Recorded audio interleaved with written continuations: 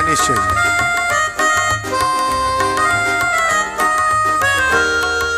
Doctor চাইবেন রক্ত report, তাই তো?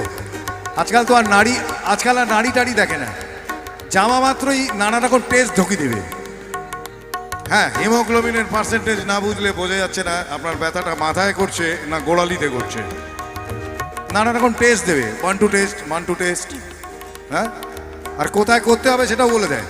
ওইখানে করানোটা ভালো, আপনার পক্ষে মোটেই ভালো নয়, কিন্তু ওর পক্ষে ভালো। ডাক্তার চাইবেন রক্ত রিপোর্ট, ক্লিনিকের সন্ধানও তিনি দেবেন। 100 টাকা যদি ক্লিনিকের বিল হয়, অর্ধেক দালালি তিনি নেবেন। রোগীরা তো রোগী নয়, খদ্দের এখন, খদ্দের পাঠালেই কমিশন। ক্লিনিকার ডাক্তার কি টুপি পরাচ্ছে, বুঝছে না গর্ধব জনগণ। কসাই জবাই করে প্রকাশ